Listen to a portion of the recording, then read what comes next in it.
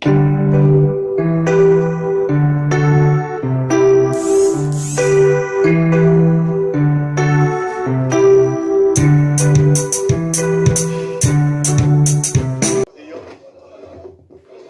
continuer le combat. Rappelez-vous, en 2018, j'avais dit que le combat a changé de forme. Et le combat aujourd'hui, il continue. Vite la population à manière de mener. Combat notre indépendance économique. Et je peux dire aujourd'hui que nous sommes sur la bonne voie. Nous devons continuer. Cette indépendance économique, je la décline en 3 lettres. RDC, République démocratique du Congo, mais également Renaissance. Pourquoi Renaissance? Parce qu'aujourd'hui, je reviens du Katanga, du Haut-Katanga et du Lualaba. Je peux vous dire que je suis fier de ce que nous y avions réalisé. Je vais vous donner quelques exemples. La société STL, la société de traitement du terril de Lubumbashi, qui est un type de la République, aujourd'hui, cette société a développé toute la chaîne de valeur pour la production du germanium. Et donc, on peut dire avec fierté que les lendemains sont meilleurs, car nous avons des partenaires aujourd'hui très sérieux, américains et japonais, qui vont même nous transférer de la technologie et qui vont permettre justement à ce que le germanium soit produit au Congo et peut-être même transformé jusqu'au produit fini. La société SNCC, qui était jadis le fleuron, un des fleurons de notre économie, et qui avait été mise par terre. Cette société est aujourd'hui ressuscitée grâce à la bravoure, au brio d'un de nos fils de l'UDPS, Fabien Mouton, son directeur général, qui a remis sur les rails plusieurs voitures. Aujourd'hui, les Congolaises et les Congolais peuvent voyager sur les lignes SNCC comme les voyageurs qui font les mêmes déplacements en Europe. J'ai vu ces trains, ils sont formidables.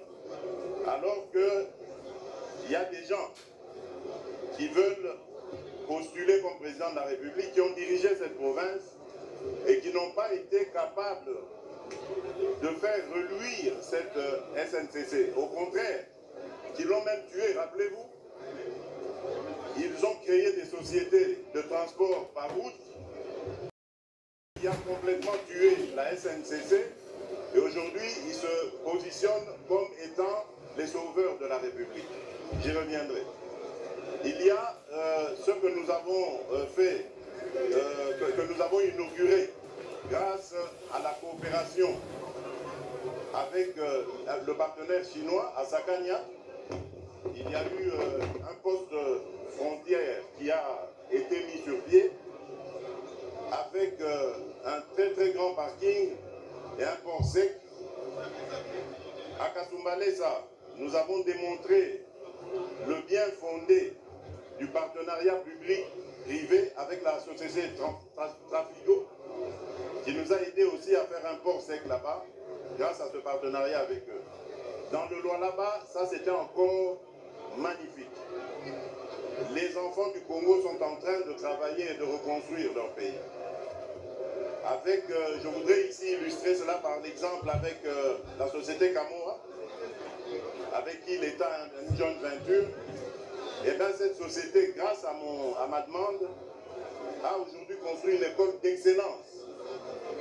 Et elle est en train de former 39 Congolais qui ont été sélectionnés sur des critères, mais vraiment rigoureux. Et ces jeunes gens, dans quelques années, vont être le fleuron de notre industrie minière. Ce seront des capitaines d'industrie congolais qui vont pouvoir faire des meilleurs et des prodiges dans le domaine des mines. Donc c'est pour vous dire que le Congo est en marche. Le Congo va renaître. C'est pour ça que le R de la République, ça signifie la renaissance. Nous avons restauré les universités et même nous en avons construit de nouvelles, chose qui n'a jamais été faite depuis notre indépendance. Nous avons, rappelez-vous ce merveilleux souvenir, celui des Jeux de la francophonie. Nous avons organisé les Jeux de la francophonie. Aujourd'hui, nous avons des infrastructures sportives de haute facture pour la jeunesse. Et donc, nous mettons un accent particulier sur la renaissance de notre pays. Certains diront même la remontada. Nous étions descendus très bas et aujourd'hui nous redonnons de la fierté aux Congolais. Le D de démocratique, mais pour moi je le mettrais de développement. Développement parce que notre pays est classé comme un pays sous-développé, un peu paradoxalement parce que nous avons des atouts pour avoir un des pays les plus développés, si pas les plus puissants du monde. Mais, comme vous le savez, le développement passe par une condition sine qua non, c'est la paix. Et pour avoir la paix, il faut s'en donner les moyens. Surtout pour un pays comme le nôtre, riche en potentialités diverses, qu'elles soient minières, qu'elles soient agricoles ou autres, même humaines. Donc nous avons beaucoup d'envieux. Et pour nous protéger contre ces envieux, il fallait monter en puissance nos forces de défense et de sécurité. C'est ce qui est en train d'être fait aujourd'hui. Nous sommes fiers de dire haut et fort que la République aujourd'hui est défendue. Nous avons encore en formation à peu près 40 000 jeunes qui avaient répondu à mon appel, souvenez-vous, à défendre la patrie, qui sont presque en fin de formation. Et ceux-là reviendront aussi pour renforcer les capacités de notre armée. Mais évidemment, le développement se fait par les individus. Et moi, j'ai placé mon espoir, mon action sur l'homme congolais, comme vous le savez. L'homme avec grand H, c'est-à-dire les hommes et les femmes du Congo, avec un accent particulier d'ailleurs sur les femmes et les jeunes. Voilà pourquoi nous avons rendu l'accès à l'éducation gratuite au niveau fondamental pour tout le monde. Si les Congolais me renouvellent leur confiance, nous monterons au niveau secondaire. Parce que nous voulons d'une jeunesse qui est préparée aux enjeux de demain, les enjeux auxquels devra faire face notre pays. Nous avons promu les droits de la femme.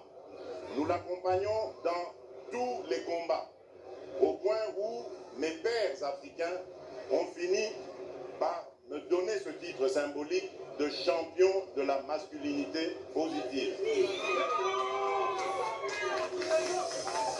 Le développement, c'est aussi la santé. Et là aussi, nous avons une politique de couverture santé universelle qui consiste à faire à ce que tous les Congolais, de quelque condition sociale qu'ils soient, aient accès aux soins de santé et les meilleurs qui puisse y avoir dans notre pays. Et aujourd'hui, nous avons commencé par la catégorie la plus vulnérable, c'est la catégorie mère-enfant, en rendant les accouchements gratuits. Mais pas seulement les accouchements, même les consultations prénatales et postnatales. Parce qu'au cours de ces consultations, on fait aussi du planning familial pour doser les naissances et accompagner les mères. C'est donc devenu une réalité qui va s'étendre à tous les autres secteurs de la médecine.